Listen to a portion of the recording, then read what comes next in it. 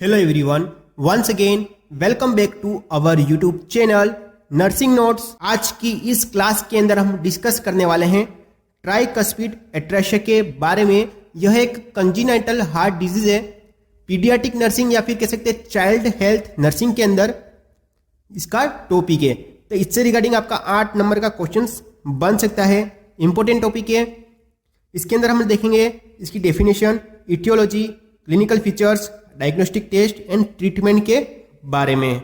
तो सबसे पहले ट्राइकस्पिड एट्रेशिया की डेफिनेशन देखेंगे। It is a congenital abnormalities. ये क्या है? कंजीनाइटल अबनॉर्मलिटीज होती है। इसकी डेफिनेशन है, it is defined as failure of tricuspid valve to develop, यानी कि जो ट्राइकस्पिड जो वॉल्व होता है वो डेवलप्ड नहीं होता है या फिर अबनॉर्मल डेवलप्ड हो जाता है।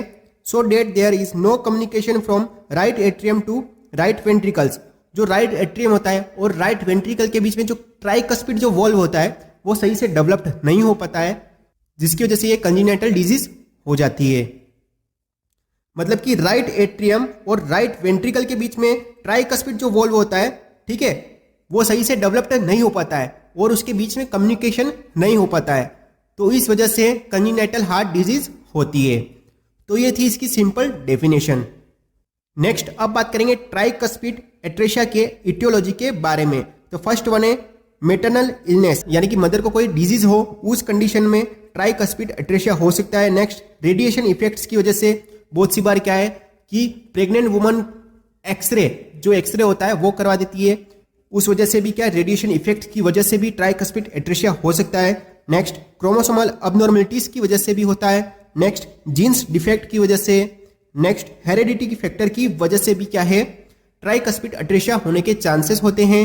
नेक्स्ट इन्वायरमेंटल फैक्टर्स, बहुत से इन्वायरमेंटल फैक्टर की वजह से, ठीक है, स्मोकिंग एरिया में या फिर जो कोल्ड एरिया में उधर रहते हैं तो उस कंडीशन में भी ट्राइकस्पिड एट्रेशिया होने के चांसेस होते हैं। तो ये थे इसके इटियोलॉजी के बारे में। नेक्स्ट अब बात करेंगे क्लिनिकल फीचर्स के बारे में। ट्राइकस्पिड एट्रेशिया के साइन एंड सिम्टम कह सकते हैं या फिर क्लिनिकल फीचर्स कह सकते हैं। तो फर्स्ट वन है साइनोसिस, यानी कि bluish coloration of the skin.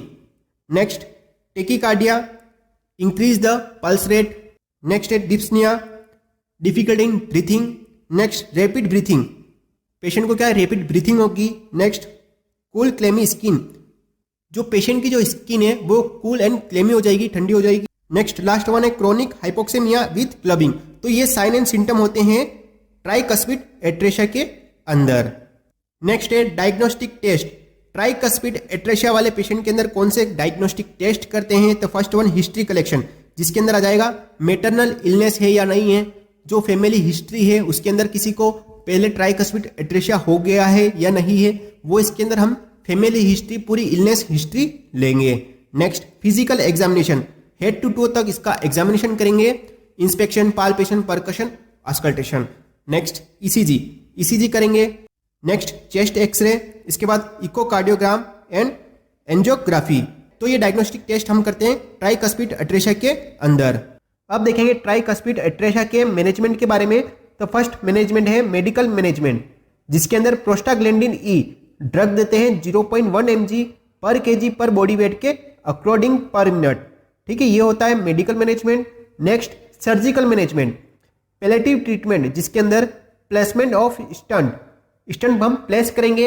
Next है ASD एंड एट्रियल सेप्टेस्टोमी, ठीक है, ये सर्जरी करते हैं। नेक्स्ट है last one by directional gland stunt.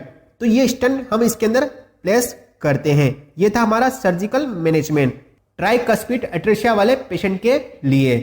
उम्मीद करता हूं आपको वीडियो पसंद आई होगी। यदि आपको ये वीडियो पसंद आई हो, वीडियो को लाइक करें, वीडियो को शेयर करें। यदि आप हमारे YouTube चैनल पर नए हो तो हमारे चैनल को सब्सक्राइब जरूर करें। Thank you.